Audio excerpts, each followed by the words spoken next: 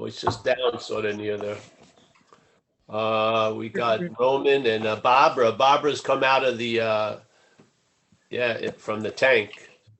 Yeah, she's come back up. That's good, Barbara. Yeah. We got Atara. Atara, I don't know. Have I seen you before? Have we? Hi. Hi, I'm new. Oh, you're new. All right. So we'll give you a little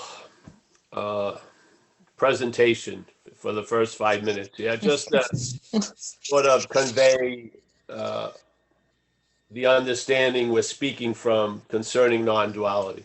I'm not saying I'm giving you the definition of non-duality. You will give yourself that, but we're going to share our understanding of it, and then put that as the basis of what we speak about. Yeah. So it's very clear. I'll start with a statement just to show you in time how the message is sort of layered in a way. Yeah. So. Oh shit, Paul! I just muted you accidentally. Sorry. let me mute all. Hold on a second. All right. You didn't. Okay. Now you're muted again. Unmute yourself. All right. Sorry. Jesus, I beat Mike to the switch there. He didn't see it was happening already. But let me get back to Atari if I can. If I can see her. So Atara, now you can hear me, yes? So we're not using the term Advaita here. We're using the term non-duality. So non-duality, non means not, yes? And duality means two.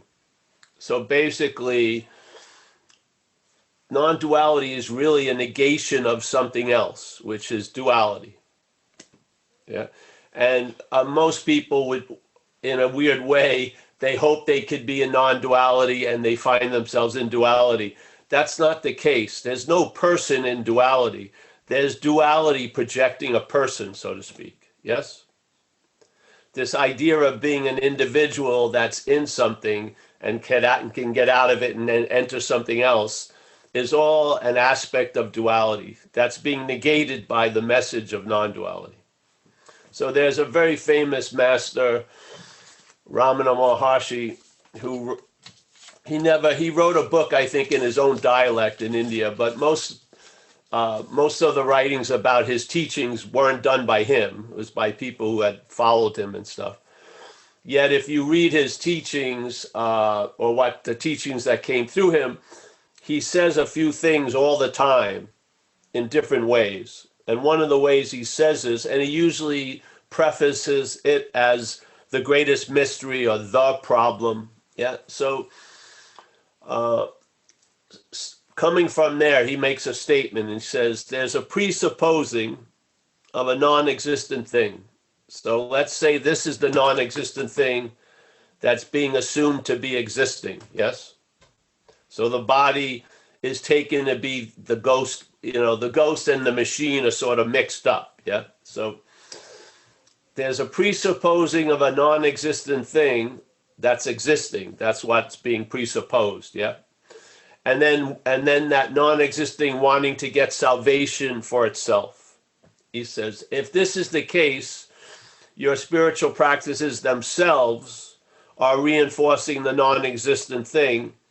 How can they destroy it? Yeah. Now, if you hear the second statement first, it's going to be confusing in a way. But it lays on the first statement, which is the assumption of the whole message of non-duality is you are actually what you're looking for, not as how you're construed to be, Paul, a separate, long-lasting, independent person, yeah, but what we are. So what we are is what we're really looking for.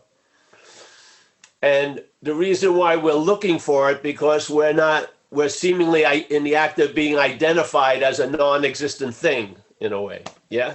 And then from that point of view, we try to get salvation for the non-existent thing, where actually the salvation is from the non-existent thing, and therefore it's always available because it's non-existing.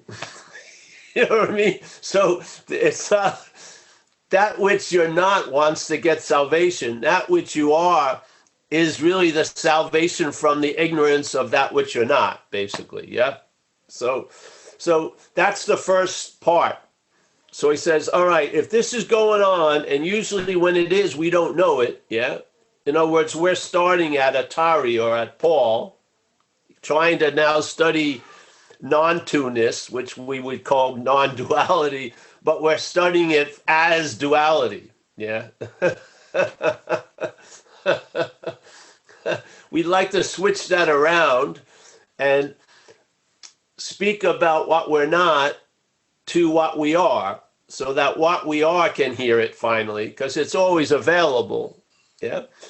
So you can't miss the target. You just got to get it around Atari or through Paul, not to Atari, not to Paul, but through. Yeah, because Atari and Paul are truly the obstacle that confronts the message.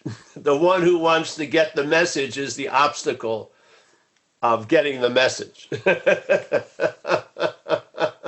It's a little tricky one. So, all right, so if there's this assumption, and it doesn't even say it's a supposing, it says it's a presupposing. So if most of us felt like we were in the process of becoming self, we would probably try to shut that down, yeah? Because we've seen enough people who have seemingly fulfilled that process, and we don't want what they have. You know, we don't want what they have, so we'd rather go another way. But see, the assumption of being a self is already stated to be true. So the only option you have is to get out of self, yeah? And the funny thing is, you're not in self. So you're trying to get out of self is a bigger in self. Don't you see it? Yeah? So if you're trying to leave an imaginary place, you're giving the imaginary place reality, yeah? And that's what we do, because we are what we're looking for, ultimately. And we are giving meaning to things. And we are living a world or an experience of seemingly so. Things are appearing to be true or false to us, yeah? Based not on the thing that's appearing, but on us, really, yeah? So we're really the dreaming of this whole event. And this is a dreamt, yeah? This isn't the dreaming of the whole event. This is part of the event called the dreaming. This is the dreamt, yeah?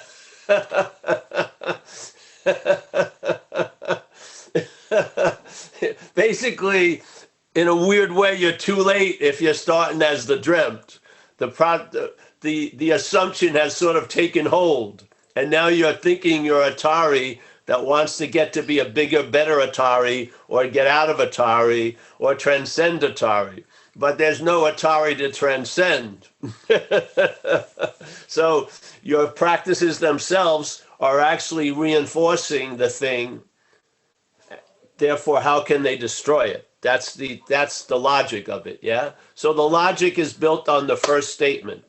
There's an act of being identified as something that you're not, that most of us aren't aware of, yeah? It's very, very fast because it gets reinstated all day, because the mental states, when something arises, it claims that whatever arose, an action or a thought or a feeling or a seeing or a hearing or a tasting, whatever it is, whatever it has arisen, it claims to imply it's you somehow.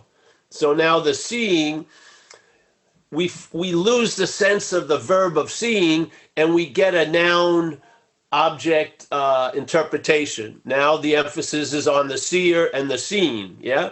Now the seen all day can change, but the seer never does. So the seer is constantly getting the most reference, yeah?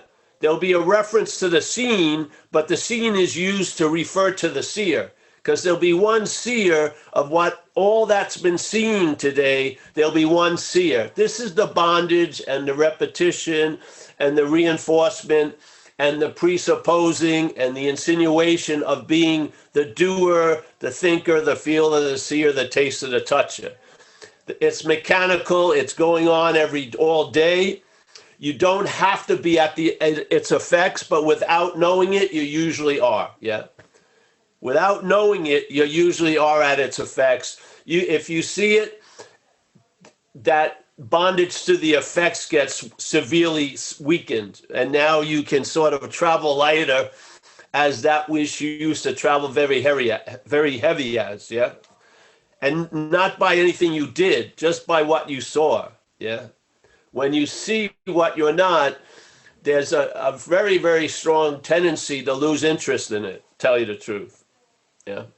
Because usually the interest is bound to the idea it's about you. When it's not about you, there's a loss of interest in it. There is. So, and that's how, in a weird way, the loss of interest is the indication that the bondage of self has weakened severely.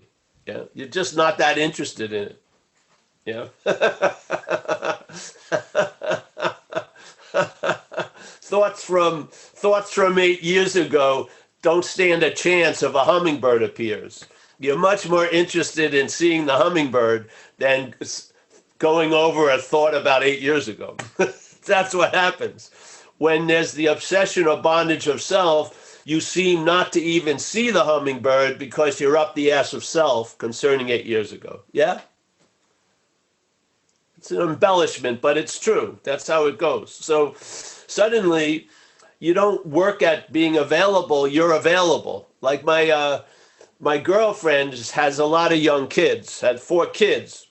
So of course, every time she talks to me, she says, listen. And I say, I am listening because I'm here. You know what I mean? She goes, listen, because she sees me as her kid, but I am here. I'm listening. So you don't have to, all right, get ready to listen. I'm listening because that's all I can do. Yeah, I'm awake. I'm hearing, feeling, tasting, touching, smelling.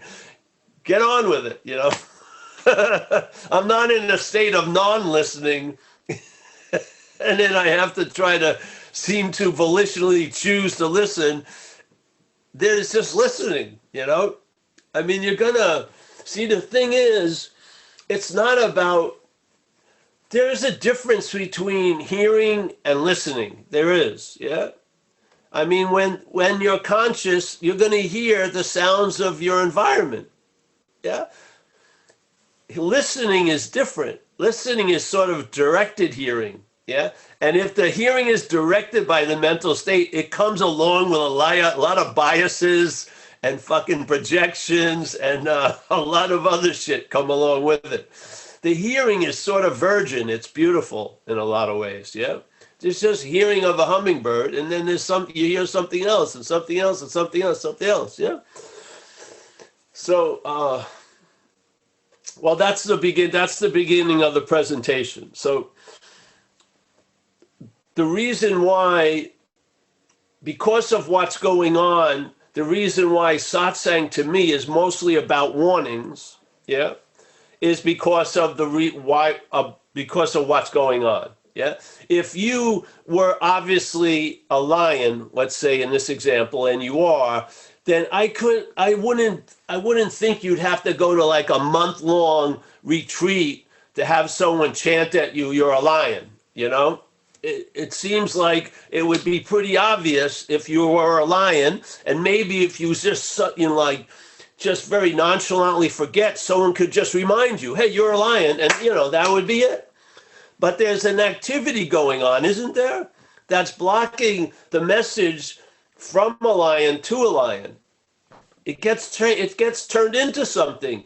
And I used to think, all right, well, let's shrink the distance. I'm going to be about 4 inches from the person. How much can happen in 4 inches of space? You're a lion, but it has nothing to do with that. It has to do with how it's being heard. And if the lion is in the act of being identified as a sheep, without any knowledge of that, just the act of being identified as a sheep, when it hears the message, you're a lion, it's heard as a sheep. Yeah. So it turns into, I can become like a lion. That's not the message. Yes. This message may improve the sheepness, but it's not intended for the sheepness. We're trying to get through the sheep to what you are. Yeah. I don't want to convince the sheep it's not a sheep. It doesn't go anywhere. The sheep is going to convince itself it's not a sheep as a sheep It never leaves the system. Yeah. But if you speak to the lion of all of us about the sheep, the lion may get it. It goes and it says, hey, I'm not that. And there it is. There's recognition. Recognition is never I'm that, because you'd have to be something else to recognize. Yeah. You recognize what you are by recognizing what you're not. That's the path of negation.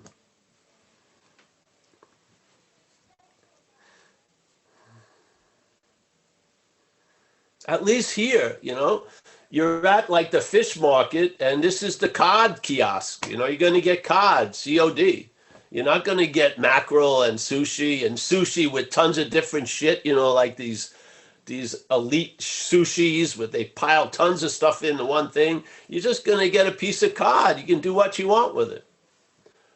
But, I hope to stay true to the message of, hey, here's cod. Yeah. Come back 8 years from now, there'll be cod being sold. It's not even sold. There's only free samples put out. You can't buy it because you are a cod already. We're just hoping that you'll get a taste and whammo. Yeah. So, all right. That's it, Mike. Is that all right, Atara? Nice. Yes. Yeah. Anybody want to raise their hands?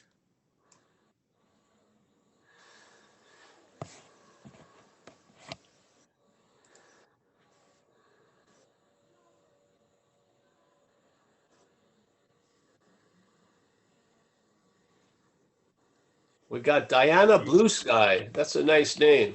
Very nice. Stephen Paris from Glasgow.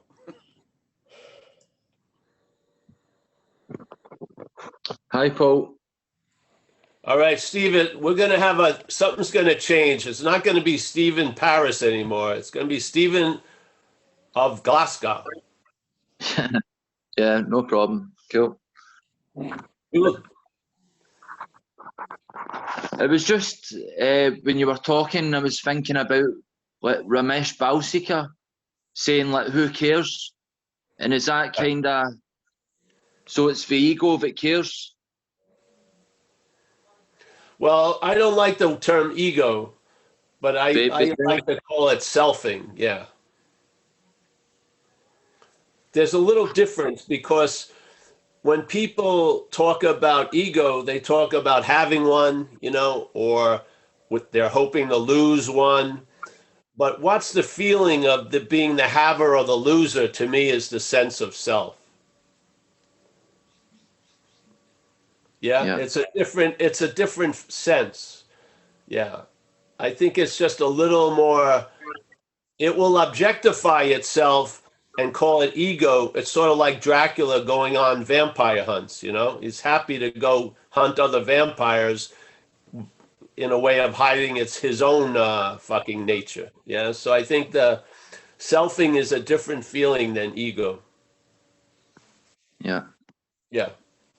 But I like Ramesh, and Who Cares is a great book, or was. I haven't seen it in a long time.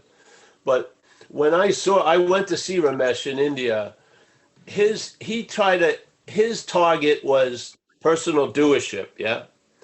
Yeah. He really, he didn't, I like it when people just decide, hey, listen, let's let's find the key to lock one door, because basically it unlocks all doors.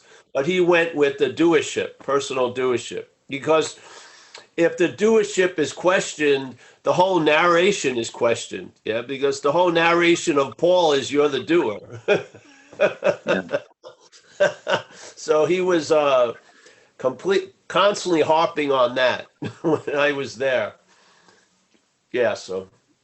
And do you also believe it's up to God if we're able to experience no self? I can believe a lot of things, but I don't have much interest in any of it. Yeah. I'm It's just like here. I'm really here, and I'm looking to be, in a sophisticated way, dumbed down, so to speak.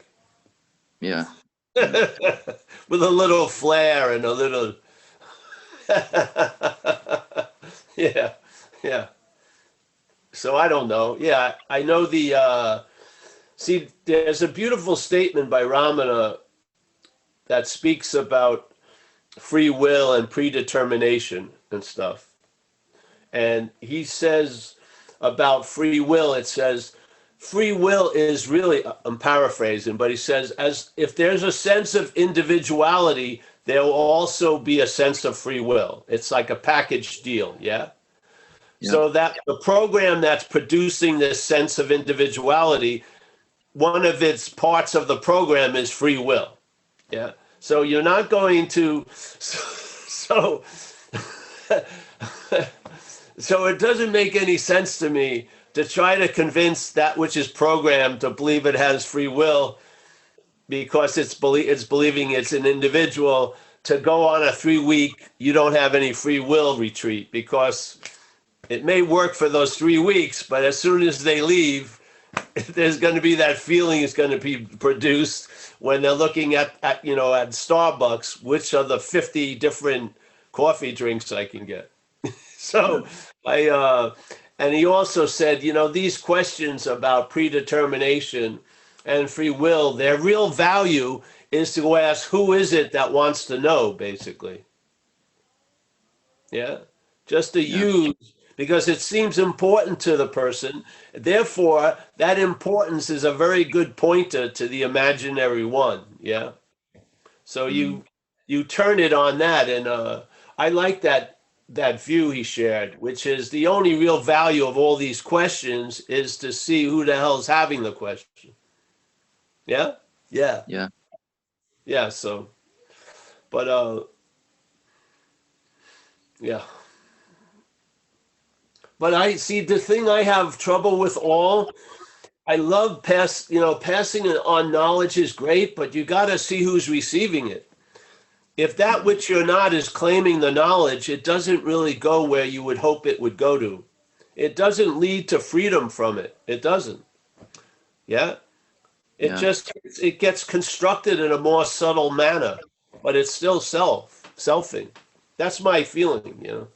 So I think there's a need for some knowledge, and then that knowledge does its job, and then there's not a reliance on knowledge after that point. Yeah. Yeah. You there's the transfer of information can be in a different vehicle than knowledge. Yeah, you can know before knowing. You know what I mean? Do you ever had that feeling? Like when I Yes. heard this message one day when I'd been going to see people, and I was listening to satsang, and it was just I knew it before I knew it. Yeah, and then I lost interest in trying to acquire so much more information. I just wanted to rest on that which was there. Yeah, and I think like it paid off. Yeah, in my little experience. So I'm Yeah. passing it on. Yeah.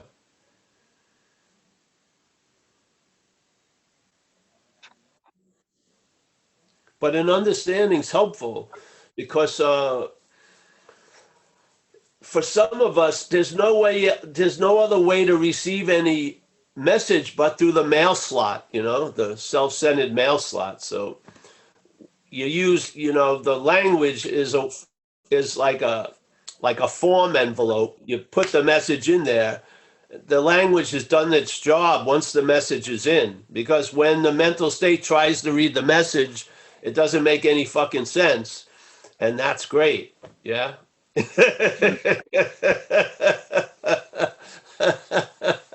Because then it's been delivered in a way. That's why we call it, that's why we joke about the spiritual subpoena. You're just reserving yourself. You were already served. Now you're asking me in a weird way. I play a role of serving the subpoena again, but it's a mere formality. You've already been served the subpoena. Uh-huh.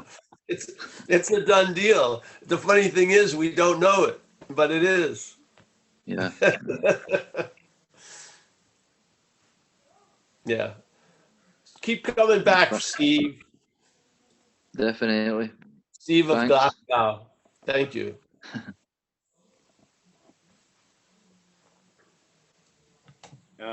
Thanks, Stephen. Lee. Hi, Lee. Hey, how's it going, Paul? Oh, Lee, good. You? Good, good. I don't have a question, but I wanted to just share. I just discovered a surefire way to see what I'm not, and that is to hover my computer mouse over the raise hand button, because then immediately up comes, oh, I shouldn't do that. Oh, fear comes up. So it's pretty clear to see what I'm not just by volunteering to ask a question or raise my hand. Yeah, great. Yeah. But that's actually not what I was going to share. What I was going to share is I can recall when I was a small child, I was just being a kid, being myself, and I would always seem to get in trouble and get punished. And I finally realized clearly what I'm just being myself is not cutting it. So I need to pretend to be who I think people want me to be. And I did that so well over the years that I forgot I was pretending. And so there you have it. What I'm not is just pretending. And then periodically I can see it and be reminded, oh, I'm not that. But Yeah. it's really, I can remember this experience where I just decided I'm going to make believe I'm who people want me to be. And I don't think I'm unique in that. I think that it's something that other people can recognize as well. Yes, but remember, you didn't do that. Yes. Okay. It was another way for the head to assume there was a you. Yeah. Yeah. See, that which comes after, which is you, yeah, takes the place of what's before. So we don't start at I am, we start at I am Paul, yeah, or I am Lee. Yeah, and Lee has learned quickly that Lee ain't good enough, so Lee's got to get a song and dance. So there you go, yeah. It's just if you can get the flavor of time involved in it, it's very helpful, because we have lived under an assumption that time is linear, so to speak, yeah, that there's a past that's hopefully done now, there's a present, and the only way we can know the past is from the present, and then there's going to be a future present, which is the future, where anything can happen. We don't know what, because yeah, it's not actually happening, so anything can happen. And the mental state has a field day. It's like giving it a huge, huge, huge backyard. You know, it's just shitting everywhere. Yeah. So the sense of Paul is made up. It happens after the basic event here, which is consciousness and contact. Yeah. If you want to call that which we have no name for, coming through eyes, ears, fingers, tongue, taste, you know, smell, that basis of all of our lives, yeah, that conscious contact is the primary in time. That's the primary point in time. That's the basis, yeah. Then the mental state comes up and manufactures by claiming what's actually happening to imply there's a someone there, yeah? And then the someone is presupposed before everything that's happening. Now everything is happening is seeing that it's happening to me. Yeah? And then of course you want to get out of this predicament, but the thing is, you're not even actually in the predicament. You just believe you're in, yeah? And so the getting out of it reinforces the in, yeah? Yeah. That's why when we first gave the talks, we'd say, you know, how long does it take to escape from an imaginary place? No time. You know, what do you need to do to escape from an imaginary place? Nothing, because it's imaginary, yes? So what causes a drive to escape by getting ropes and maps and shit like that? There's been a meaning given to the imaginary place that it's real. If you don't see that assumption, you're going to be trying to make it unreal, and the more unreal you try to make it, the realer it is. And so, like, this is what happens. like we were just sharing earlier, it seems like 20 years ago, earlier today, the if you and I, and we had witnessed other people who had become self, yeah, and we didn't like what they had or how they behaved, yeah, yeah. So it wasn't attractive to us, and we were aware there was a process of us becoming self. Most of us, if we had any free will, would decline, yeah. I think I rather, let's go for another option. You know what I mean? But the idea of being self is already historically established in the made up mental imagination. You are one already. So basically, the only avenue you got is to get out of self. Yeah? You don't see it? That's the form of reinforcing it?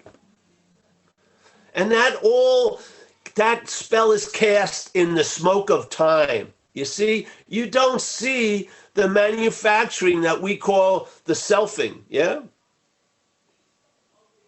Where the idea of you is constantly being manufactured and presupposed, yeah? It's incredible. If you see it,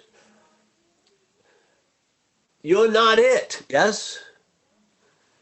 Sooner or later, in the seeing of it, there'll be an emphasis on the seeing, and maybe it will be super clear that's home, yeah?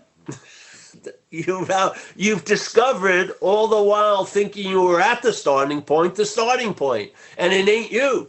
Yeah? Hallelujah. Because you've tried so much to try to change by doing outside things, but what about putting it in its rightful place? It's a manufactured afterthought, and you are before it. Yeah? That gives you an incredible advantage than you being after it. Yeah.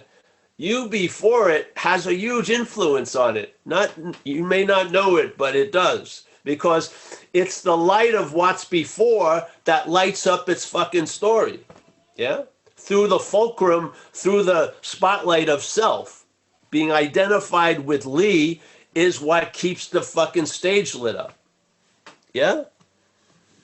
So what happens is, that which is the source of light loses interest in the story of Lee, and then suddenly gains a lot of interest in other things.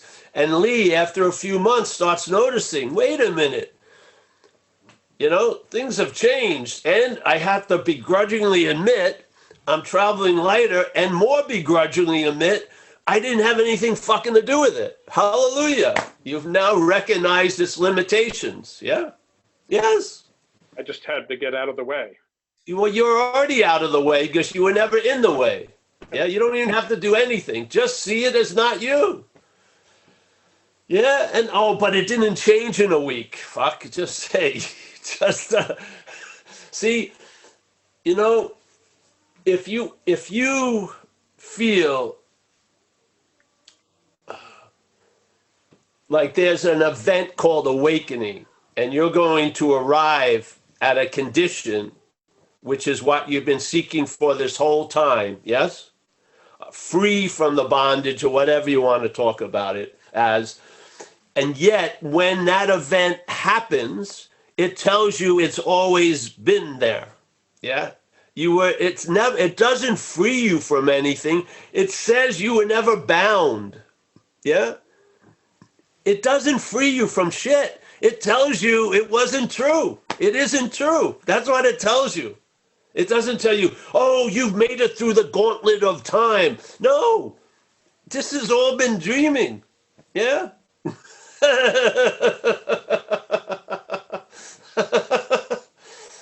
That's what it did with me.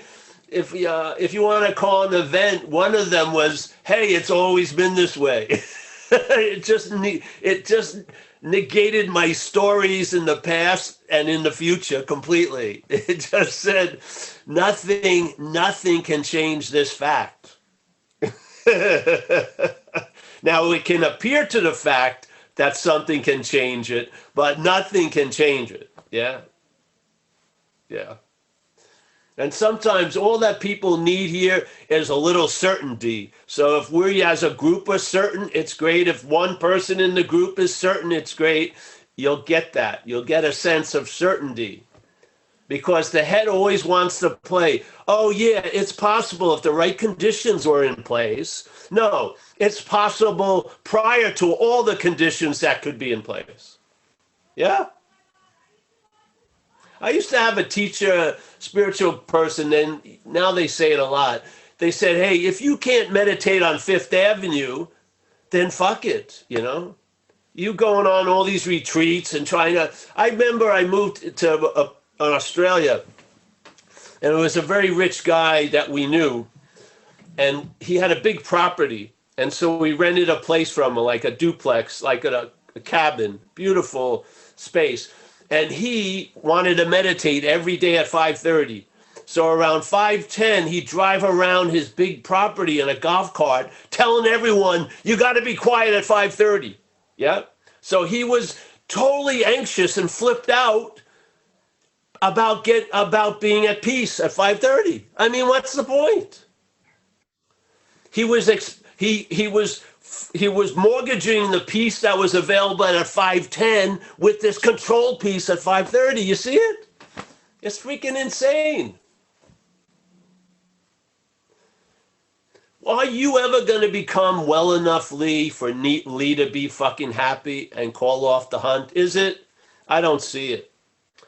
Yeah, it's going to change the obstacle course, add a couple more bars. And then the judges, you know, it's a sadistic judge. You know, you blew it. If you would have just meditated 5 more minutes, nirvana was at hand. But you fucked up, Lee, once again. Badly. Yeah, this head's playing God all day with us. I don't understand. We can't even see that. Yeah. Well, I have to say that one benefit, if you will, of spending 7 or 8 years contemplating all this is to finally realize the futility of it, that there really is, that all this doing, so to speak, is preventing discovering what already is. Exactly. That's where its value is, you see? Because we are of all value. So whatever's ever happened can be incredibly valuable to us because we lend it the value. Just like when people are in recovery, they're all fucked up, yeah? Obsessed with self. And they have a story of the worst thing that ever happened to them, yeah? Like they got stopped by the cops. And now that story's been used for excuses for tons of other shit for the next drink. Everything like this. Woe is me story, on and on and on and on and on. Then what happens is the situation doesn't change, they do, entering recovery, and they see the same event as the best thing that ever happened to them, because they got pulled over, they were sent to recovery, and recovery, they got relief, yeah? So their value, yeah, they were giving value to something through the mental state, and that something was the worst thing that ever happened. When a new corporate head entered their life, gave value to that same thing as the best thing that ever happened. Yeah, we are the source of all value. It's what's distributing the value through us. Is it the mental fucking state, or if you want to call it spirit or whatever? You can tell the difference. They are extremely different. Yeah. The mental state likes to emphasize the contractiveness, yeah, and at the expense of expansion. And the other thing is just very, very accepting and very inclusive. It allows contraction to occur and expansion to be seen through because it's very usually spacious, yes? Yeah. And you'll be able to tell the tree by its fruits. You will. You've eaten the fruit of Lee for years. Now you'll eat the fruit of something else, and you'll see. We're not 2 levels below a coconut. We can recognize shit that's working. Yeah. No one's going to tell me it's the exact same way it was 20 years ago in my life. No. It may look like I live in the same place. I have the same scars from the same accident, this and that, but life is completely, completely different. at this point than it was back then. Completely. Yeah. And it has nothing to do with the shit that's going on. It has to do with how it's being observed and reflected on and shit like that. Yes? I don't see us as causes. I see us as reflections, a reflective ability and an observational ability. Yeah? What the mental state tries to do is give us a narrative based on contempt prior to investigation. Yeah? It gives us a story. Yeah? You can see the new story unfold in your own life when you're freed from that and you're put in a position of neutrality. And in that true neutrality, you can see what's going on. Yeah? Yeah. And you know, the tree, if it comes with inclusiveness, acceptance, service, honor, and gratitude, it's a good fucking tree you're sitting under. Yeah, yeah. If you're spiteful, revengeful, vindictive, shit like that, hey, yeah. I know neither of them are you, but I'm telling you, the you is a you-wing, and it's an art project, really. Yeah?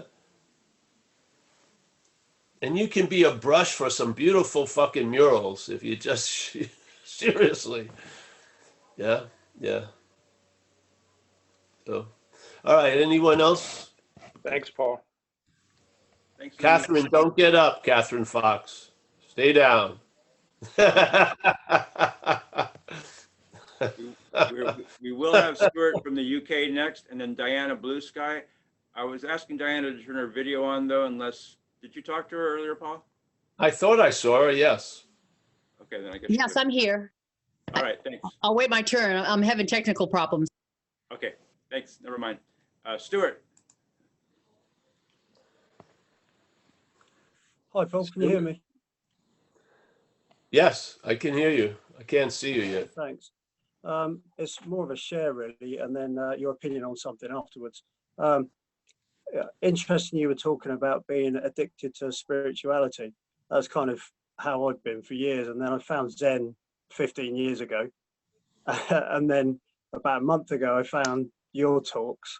And I now think that what I've been doing is sitting with self. I've been sat on the cushion thinking I'm going somewhere. And Yeah. actually, I don't think that I have been going anywhere. You may be going to the pharmacy for some hemorrhoid cream. Yeah. It's suddenly kind of a 180 degree. I was kind of thinking, well, yeah, that's been a bit of a waste of time. But anyway, it hasn't, because it was obviously something I was supposed to go Exactly. through. It hasn't been. Yeah, yeah. You can't waste time, bro. You can't. All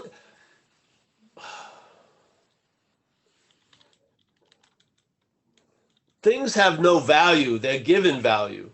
Yeah. Things are empty. In Buddhism, you studied Zen. One of their main tenets is the emptiness of phenomena. Yeah.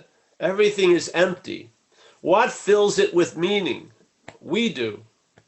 Not Stuart or Paul, but what we are actually. We're a much, the birthday card of Paul, is duality. It has two sides. We're a much multi-dimensional fucking event going on. Yeah. But I truly believe we are the dreaming of the dreaming. And whatever the value in the dream is coming from us. Yeah. So we can make everything that ever happened to our life to be seen as incredibly valuable. Yeah. If you have the eyes to see it that way. Yeah. Recovery brought me that, because I was hell bent on being right about shitty stories in my life. And I realized how much that was enslaving me, truly. So I've seen such great value in this life coming through me and others.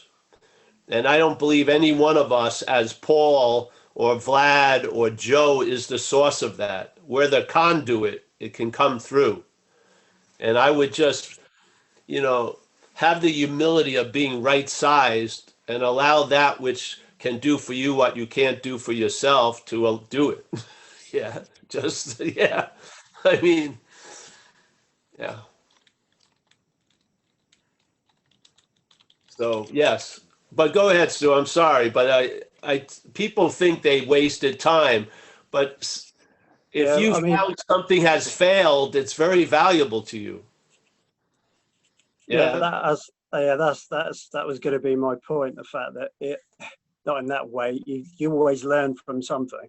Yes. That and And in some ways it's set up. That's the only way we can learn for some of us. Yeah.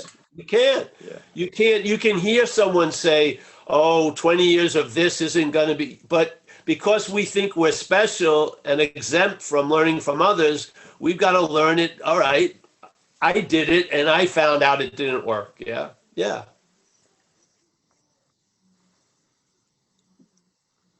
But anyway, thank you, and it's been great listening to your talks and illuminating. Thank you, Stuart. Yeah, just keep coming back if you like, and yeah. I mean, in a weird way, it's almost like finding permission where there wasn't any need for one. But in a weird way, it's like permission to be okay. You know what I mean? Jesus Christ. Mm. I mean, I just, we can lose that just by trying to be super okay or transcendently okay. Just to be okay and to realize some facts about what's going on here, which is, the great wisdom of no escape. You can't escape from an imaginary place, especially as an imaginary character. So,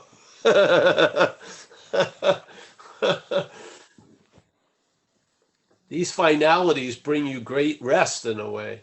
When something finally becomes clear and it isn't brought up for a review or debate every 6 months, you're convinced. You're convinced of it, and there's a great moving on. Yeah. Mm. Yeah. But when I heard self can't get out of self, that was quite a big moment, really. Made me think. Yes. So, yeah. So if you see that the one aspect of self, the objectified self, and then the subjectified self wanting to get out of that, that's the description of that statement. Self can't get out of self. Subjectified, objectified, it doesn't matter.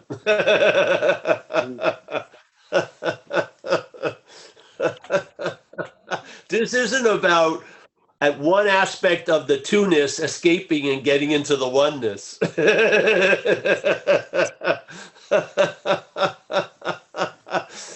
You won't be able to buy shit in heaven with this coin, this two-sided coin.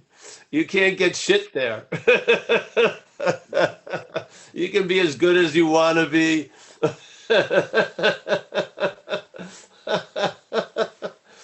What do you think duality is? Isn't it subject-objectness? That's one of the main platforms of the whole riffing on duality. It's comes to dualism, subject-objectness, right where you're sitting. It's going on. Yeah. How is that going to, conjoin each other to get to slip into the oneness? It's like Jesus talking about the camel trying to get through the eye of a needle. The camel has two humps usually, right? Yeah. Probably the camel of duality. It can't get through the eye of the needle. You can disavow one hump all your life from the other hump, but that self can't get out of self. So now you've recognized the bad hump, and now you got this super critical good hump judging you all fucking day. That's the other thing I was going to say. It's funny that since I've been watching the talks and thinking about that, and that super critical self has definitely gone up. Yes. And Well, that's what it's definitely happens got a lot more to say.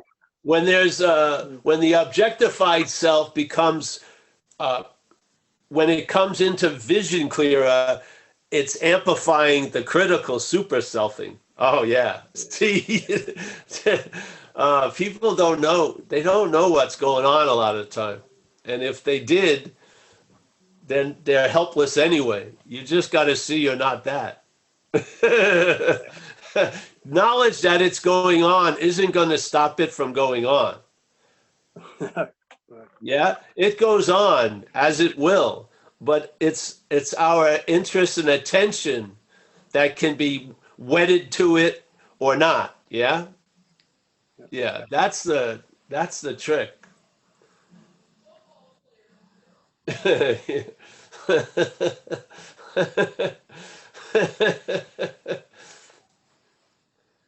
You could see it in almost in a way. There's the objectified self, and then there's this. Now there's the self that's looking at how I fucked everything up, and I should never have done that, and this and that, and then there is, and then there's an adjunct to that, which is the witness and the observer in spirituality, which is just another form of self. Now it's witnessing the supercritical self, and you're trying to have equanimity and shit. Give me a fucking break. It doesn't work out, you know. Praying for others is great, but there's always probably the mental state's always looking for a payoff itself. Yeah, it's sort of like, how are you going to change the parasite into a service animal? You can't. Just see you're not that. Yeah.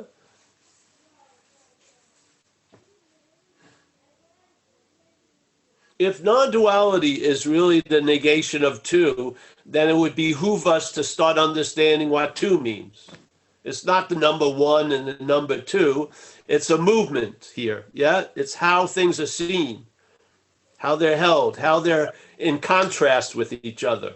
So there's seeing, which is happening, and there's seer seen, which is subject object. Yeah. So there you see something happening, which is seeing. Yeah. Seeing. And then you see the mental state, what it does.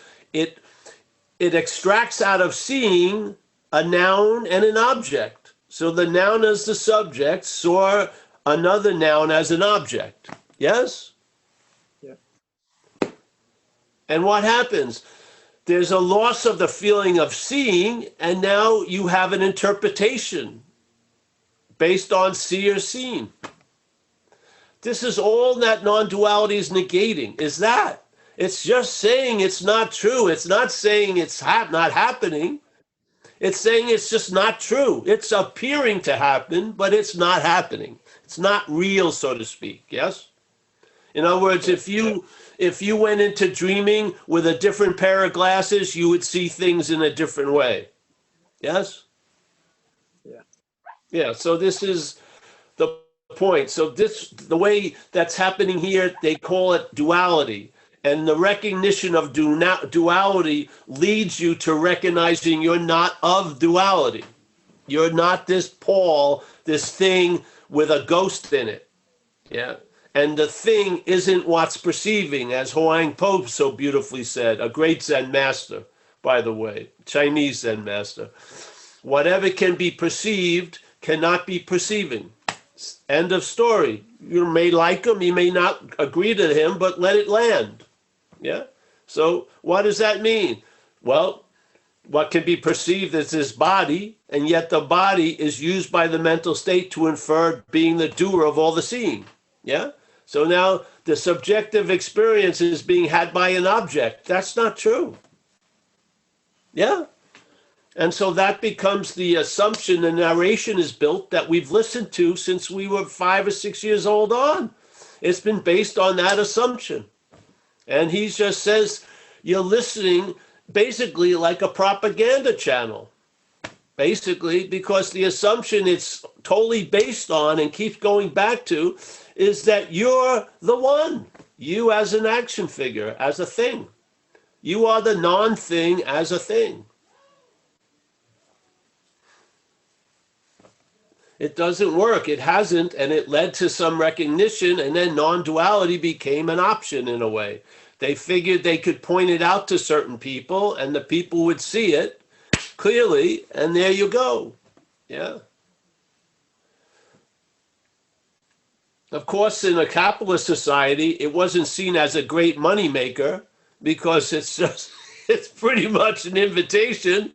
So they said, let's fucking fuck that and let's improve ourselves. All right, there we go. That can go on forever.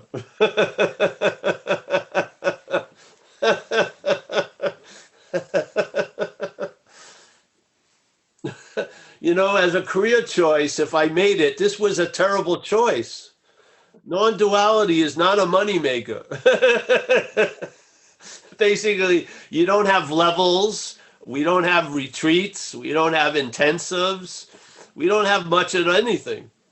And basically, you just put out the information, the invitation, and I don't even look to see who comes to the table or not. I don't care. My jurisdiction's over. As soon as it goes out, what you're going to make it whatever it is. Yeah. Yeah. So. Thanks, Paul. Thank you, Stuart, from the UK. Thanks, Stuart. Now we have Diana.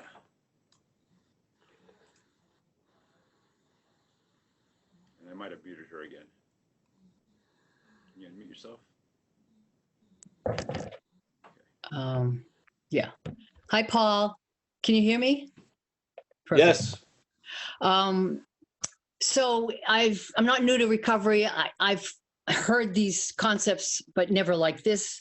My brain freezes when I listen to you, so I just try to stay open, heart open. That's Good. At any rate. Blue Sky, my late husband was Mohawk. That's where the blue sky comes from. The other curiosity that I have is, are you willing to share and connect Unduality with zenbitchslap.com? How did that originate? I'm curious. The origins of Zen Bitch Slap. First, it was just Zen Bitch Slap. It was something I would say at because I used to do workshops on the fourth step of recovery, the inventory step, and for many, many, many years. And when I would be there, obviously, that which was moving through me would look for ways to say something, yeah, to try to get a point across. And so talking to a lot of street type of people, we're familiar with a bitch slap, something that happens suddenly. So we just decided to call it a Zen bitch slap. We would hope would happen at the meeting. Yeah. So then people started getting into the habit of thinking, I'm going there to get Zen bitch slapped and shit. Yeah. Yeah. So then, you know, as Jesus said, not saying that I'm a prophet, but it's a very telling statement. The prophet is never recognized in their own village. I was realizing that I had become a caricature in recovery community. Non-self Paul, fourth step Paul, Buddha Paul. Yes. So basically no one was really listening anymore. They had me, the message had become more dominant than the messenger was the dominant, not the message, which is not how I see it. So then we had an urge to put it out to other recovery communities. And we had been with CDs, but basically we would just put a date on it. And so no one would know where it came from. And those CDs went over, they went to the Iraq War, they went everywhere. It was really cool. And then we tried to get a website, and the only people that knew anything about computers was young people, and then they would go back out. So we never got the website done for about a year and a half because everyone would go back out and drink. So finally we got it. And then the people that were there when we did it wanted me to change the name because I said, I wanted to, let's call it zenbitchslap.com. They said, no, no. You know, because Google won't even post it if it's got the word and stuff. So I said, no, I'm stubborn about this. I want it zenbitchslap.com. So that's how it happened. And you know, it's a little joke on a famous Zen koan. If you know what a koan is, like a mind twister, which is what's the sound of one hand clapping? Yeah.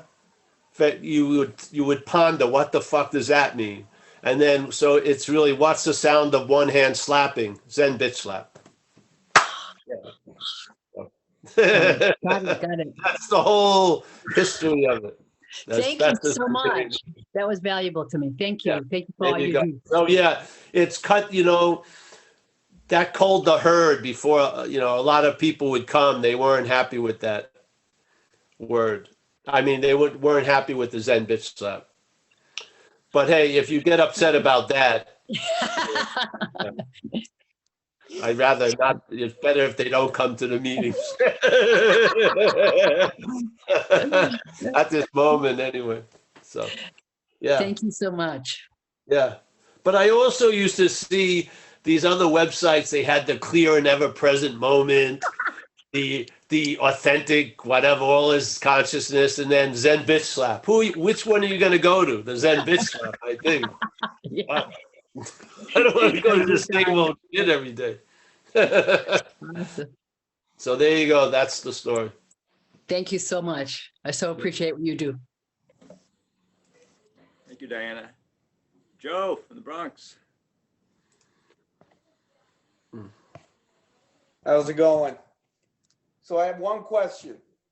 Thank God. Why am I not that which I can perceive? I hear that said by so many people. You quoted some other guy saying it. You say it. I don't get that. I don't grasp that. It doesn't matter, bro. You will. Doesn't matter. You will. Because the fact is, whatever can be perceived can't be perceiving. So don't worry. You're going to get there. I don't get that. All right. So let me just explain how I see it. Could be wrong. Could be right. There's no wrong or right. But all right. Whatever can be perceived, you're looking in a square on the computer, and there I am, right? So let's call that Paul. Yes? So you're seeing a body, though. Yes? You are a body. Yes? So that's the body is what's being perceived. Now, the narrative in our head is claiming that that body that can be perceived is what's perceiving. Yes? So in other words, Paul is the one that's seeing, hearing, feeling, tasting, touching. Yeah? Huang Po is just disputing that. He's saying whatever can be perceived, which is this body, cannot be that which is perceiving. Yeah? So in other words, the language we're listening to all day and speaking all day is based on the assumption that that which is perceiving is that which is perceived. In other words, Paul is the one who's seeing, hearing, feeling, tasting, touching. And this is the basis of the story of Joe being Joe, a thing, with non-thing qualities. So Joe is an object, but he has subjective attributes. He can see, hear, feel, taste, touch, but it's the thing that's doing it. That's what's being negated by the message, yes?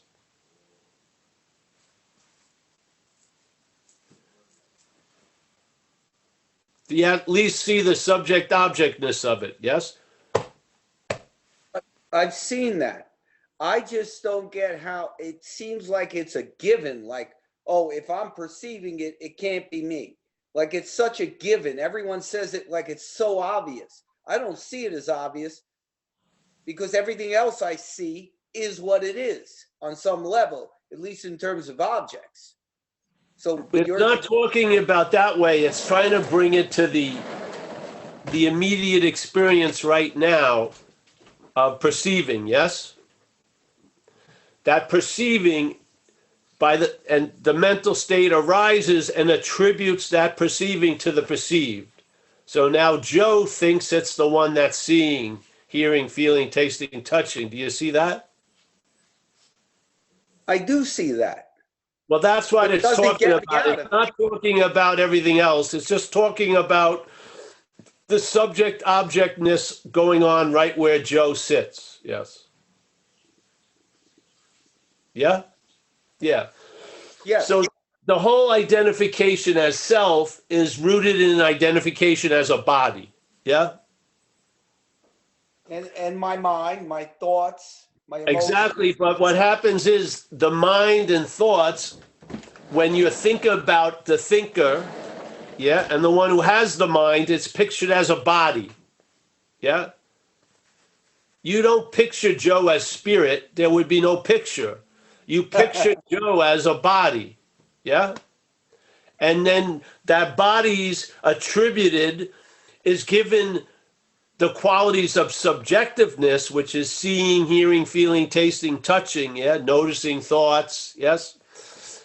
Suddenly that activity is attributed to the body as the one that's doing the activity. This is the bondage of self. That's where it's rooted in. Yeah?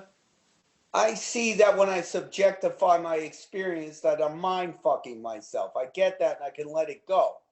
But I still am attached to whatever the hell is in here. Don't worry about it, Joe. Just keep coming back, and I bet you'll have a different view of it in a couple of weeks.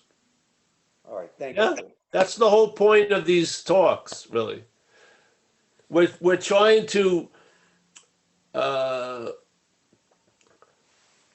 impress certain ideas, and then hopefully they'll express in your life.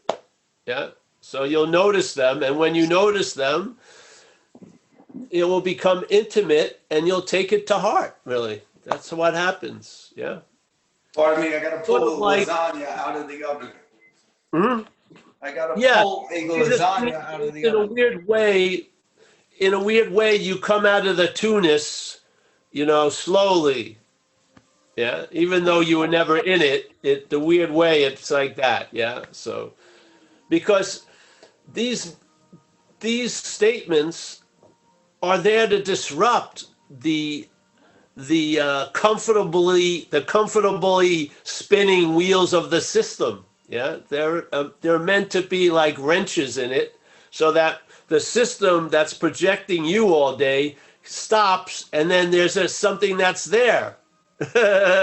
And then you get to realize, oh, the product you are buying isn't you. You are buying a product of you. You is the seeing. Yeah? Yeah. Therefore, obviously, if you are the seeing, you're not going to be looking for it much anymore. Because you realize, I can't use the seeing to look at the seeing. This is the message of non-duality. It disarms you because you realize something that was going on in this new light was a mistake in a weird way. It was just let's say I don't like to use the word mistake, but it's not grounded in a fundamental truth. It's grounded in an imaginative assumption. And then that assumption builds up steam where the assumption is just taken to be God honest truth. And basically everything else gets questioned, but never the underlying assumption. Well, non-duality doesn't go to all the leaves and the fruit on the tree. It goes to the root. That's what it is. And because hopefully the contrast of you are that and you are that will be noticeable. And then one of them's going to be seen not to be true. I'm telling you, it's going to be, wait a minute.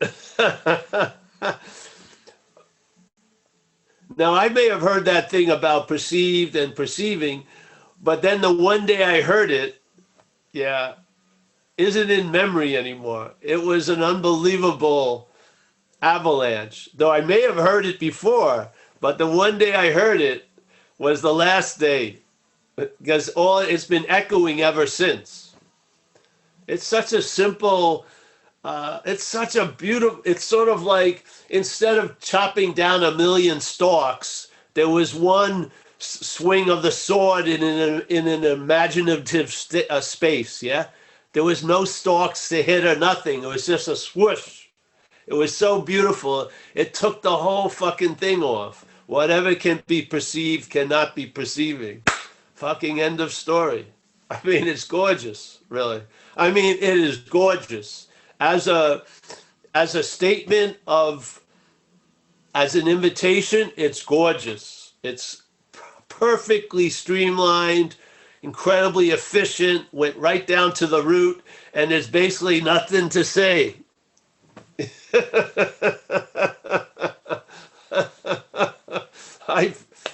Yeah.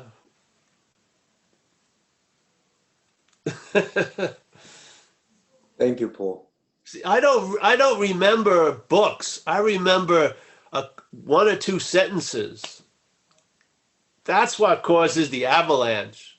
The avalanche was you can't use the Buddha to seek the Buddha. You can't use mind to seek mind. You can't use light to seek light. That was the avalanche. The avalanche was you can't use activity to produce stillness. That was an avalanche. In recovery, self can't get out of self. That was an avalanche. Yeah. They didn't take up 1/20th of a page, and yet they had incredible weight. Yeah. Beautiful to me. Beautiful.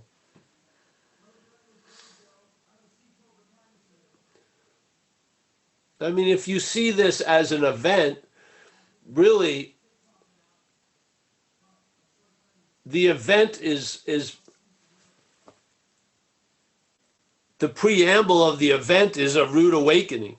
Rude awakenings. When you recognize that you're living in a house of cards, so to speak. Yeah.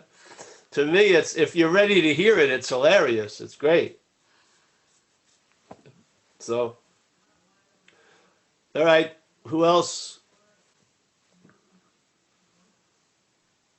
Anybody else want to raise their hands? Thank you, Diana. Blue Sky. Yes. I'm going to start doing that with people here. It's going to be Sylvester Red Pants. Sylvester Red Pants. Johannes nude crown. He's got a nude crown up there. John ate the canary. Okay. Jack has his hand up. All right, Jack. Where the hell are you? Are you in the pool still? I'm out of the pool, Paul. All right. I got you a pooper scooper for Christmas, and I want to know where to send it. That's all. I think you should keep it yourself. You may need it. No, I don't need one. I got a service.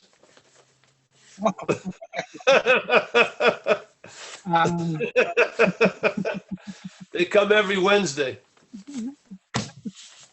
The Poopa Scoopa. Yeah, that's one of my favorite stories.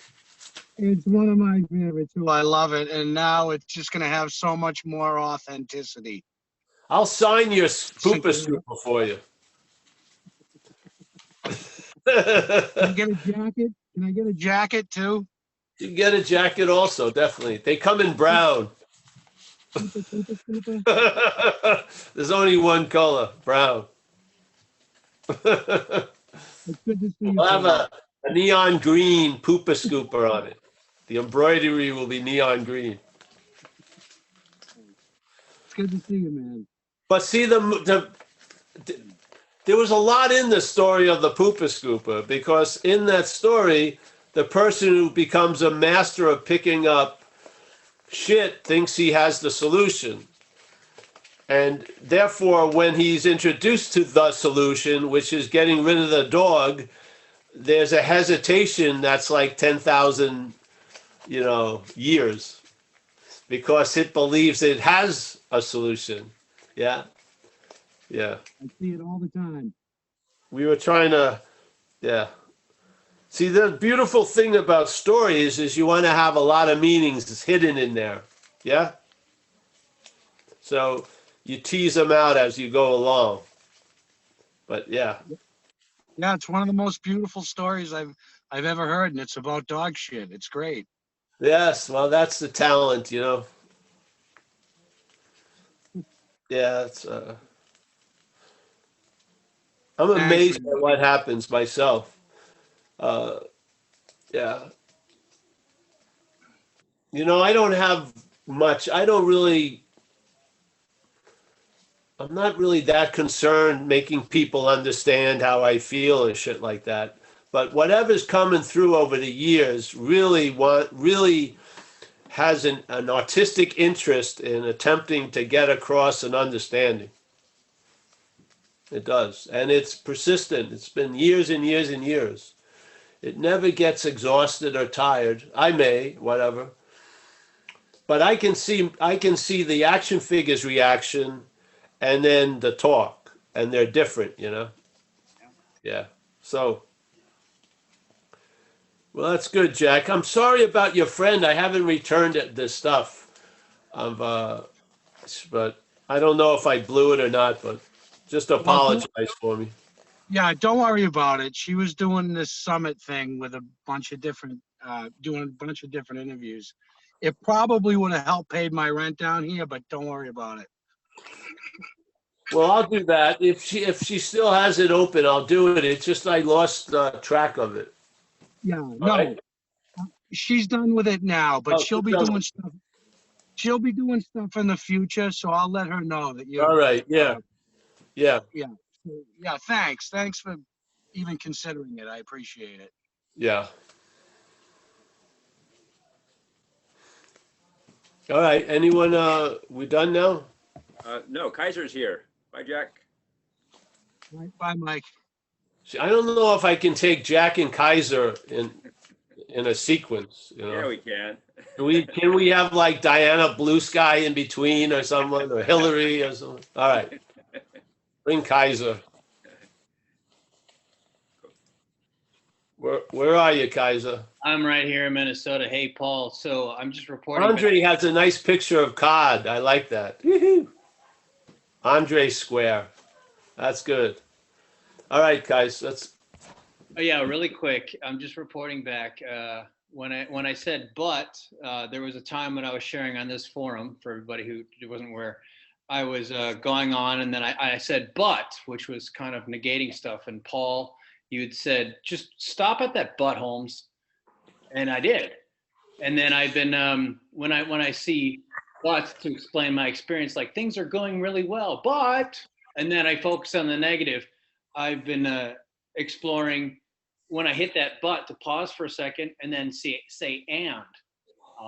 It's not a technique or whatever, but I just want to report back that has helped me explore my experience, and it's different than what I naturally do, and it's helping. I mean, I'm still struggling through things as we do, but I'm not so different than anyone here.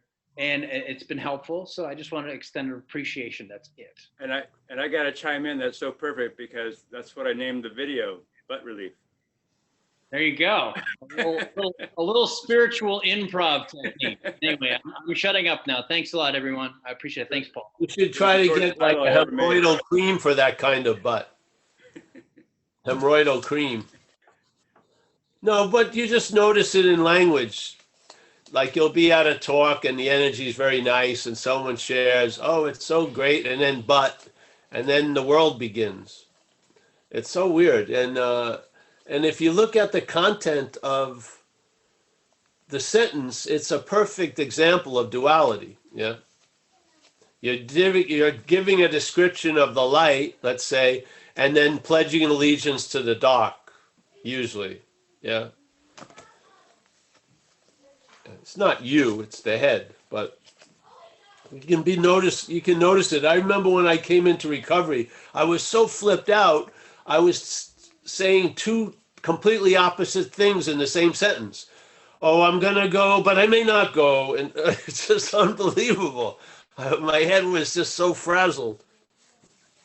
Yeah. All right. Anyone else? Thanks, Kaiser. Yeah, drawer. Oh, drawer.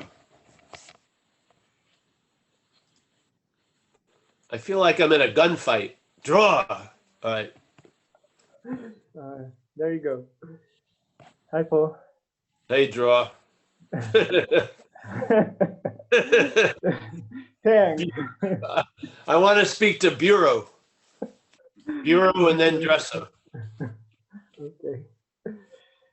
So yes, I'll make it short because I'm very tired and stuff. But no, there was just I was waking up this morning from a dream that, or maybe I'm still in the dream actually, or still dreaming, whatever. But anyway,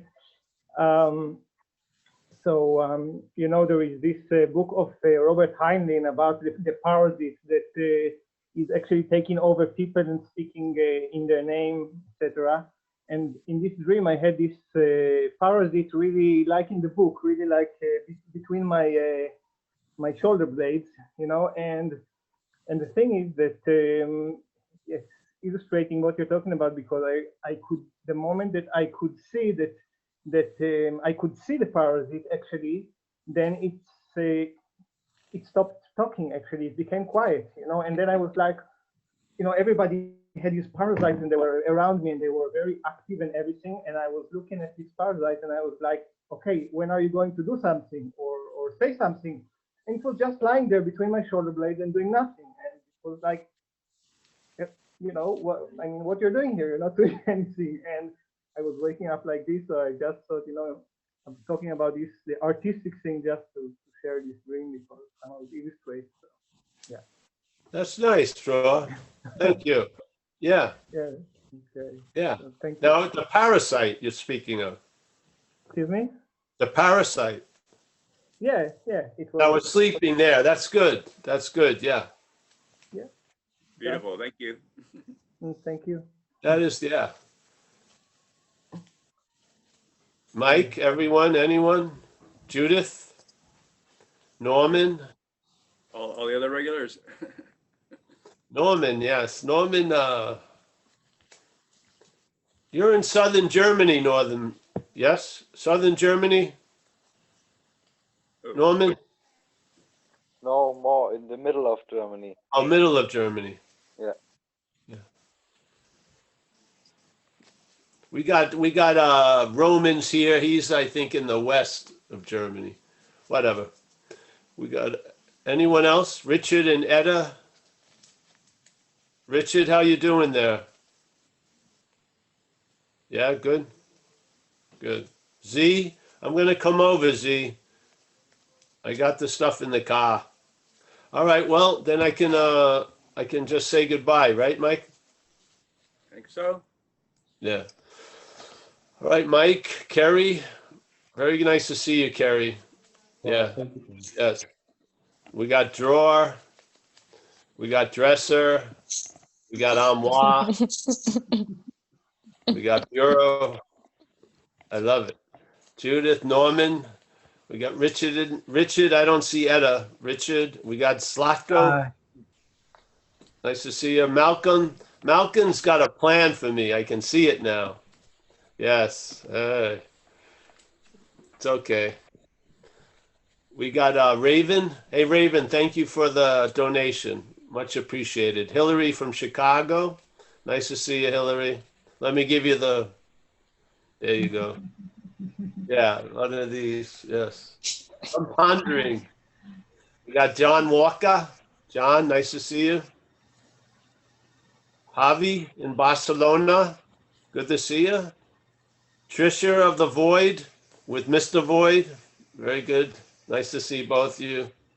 Lee, always a pleasure, Lee. I remember your hospitality in Philadelphia. Appreciate it. Christine, I don't know where you're from, Christine, but nice to see you. We got Walter from the Netherlands. Kenneth from Toronto. We got Tariq. Where are you from, Tariq? I'm in Cairo, Egypt. Oh, from Egypt. Oh, great. Nice. Thank you. for showing up here. Appreciate it. Mike is yeah, he's a mainstay. He's usually out cold usually, but he's somewhat awake today. Roman. We got Phoenix. Nice to see you, my friend. Oh, I'm out Joseph, cold you're too. doing well, Joseph. Yes, I am. Yeah? Thank you, Paul. And Oh, I you're will good. traveling Good to see you. later. Good to see you, bro. We got Rob. Nice to see you, Rob, there. We got Mickey from Madeira, the matriarch. Sylvester Red Pants is going to be there. He's the man. He's not the man behind the blinds. He's the man before the blinds. We got Cod. Andre is presenting Cod. That's nice. We got Johannes is another German. We got Rich from Northern California. We're from Northern California. We may be close. We got, let's see. Oh, there's Roman. Yes. We got John Kay, Diana Blue Sky, Brandon, one of our resident musicians. Very nice. Some of his music is used on the website. I think we have a place where if you have any interest in putting any music or stuff, you get in touch with Mike or any written stuff, but we'll have to review that.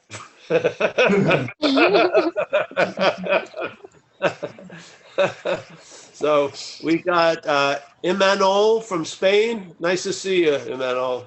I hope I said your name right. Hope so. Good, good. We got Stuart from the UK. Pleasure, Stuart. Kaiser, Chris, as always. Nice to see you. We got Stefan, Jacob from Seattle, Suzanne M. I don't know, where are you from, Suzanne? I was in Seattle, but now I'm in Southern California. I'm in Oceanside. Oh, Oceanside, But nice. I met you in Seattle. Yeah. Yeah. I like Oceanside. Yeah. We were just down in Ventura last weekend, or the weekend before last weekend. Yeah. Oh, wow. Yeah. Yeah. Now, Yeah. I want to say thank you also, because I have been a Course in Miracles person for many, many years, came upon non-duality, and then hit a spot where I was trying to coordinate the two.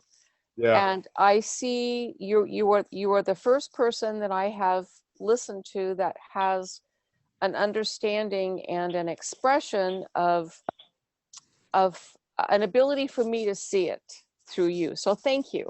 Oh, great. Yeah. Well, we're here to serve. So we got Vlad. Vlad, thanks for the cash, bro. I'm going to try to spend it very unwisely. Stefan Reed. Yeah. Let's see who else. Oh, Raja. Nice to see you, Raja. James on the iPhone. We got Kathleen from Chicago. Good to see you, Kathleen. We got Jack G from unknown whatever. We got Nina. Nice to see you, Nina. Traveling better, eh? Good. Good. We got Ben. Nice to see you, Ben. Keith, looking stylish. Nice to see you, my friend. Yeah. We got Luca and Raju. Nice to see you too. Where are you from? Where are you now? We're in Spain. In Spain also. Fantastic. I Just love moved Spain. a couple of months ago. Have you been to Oh, Spain? you moved there. Good. Yeah. Good. Yeah. Have you been to Spain? I have. I've been in Barcelona and Malaga. Yeah. Okay. I did some talks in Malaga years ago. But yeah, I like Spain. Yeah. We got Sarah. Sarah's from you've left the Greek Isles, Sarah? I can't hear you, but all right. Yeah. We got Glenda O'Driscoll. Glenda, how's the family? All's well? Yes? All's good here, Paul? Great, honey. It's been great to watch us together, the whole group, over these months, yeah? Definitely. I've been meaning to say something to you, though. I think you have to keep an eye on your cat. Why? Well, I have proof that, wait, now can I turn this around? Yeah. Here. Sorry. I think he might be hanging out with some of your old friends. Can you see that? No, wait, hold on a second. Where Wait, is I'll it? try to turn off my light. No, that won't work. No, it's okay the first time. Can you And see what? Katso? Oh, yeah. Oh, yeah. But there's your old friends. From Long Island. That's right. That's right. I used to speak in this area called Staten Island, and some of the people that would come were made men from the mafia. Yeah, it was great. It was I'll have a little joke. We had this event, and a guy wanted to video it, and the guys who owned the building were these characters. They didn't like this guy, so the next morning he came back and all the video equipment was gone. Everyone knew, but no one would say anything.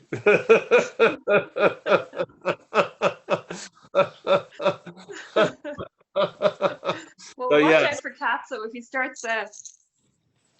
starts bullying the dog now. Yeah, we used to call it, what was it? Eckhart Tolle meets the Sopranos. That's what we used to do. All right, so nice to see you, honey. We Yeah, got you too, as well. Giselle. Giselle's here. Nice to see you, Giselle. Fritz, as always. Rob, Stephen, not of Paris, but of Glasgow. Thank you, Paul. Vlad, Alan, Rick from Northern, Joe. I think I got everyone there, and then getting the same squares.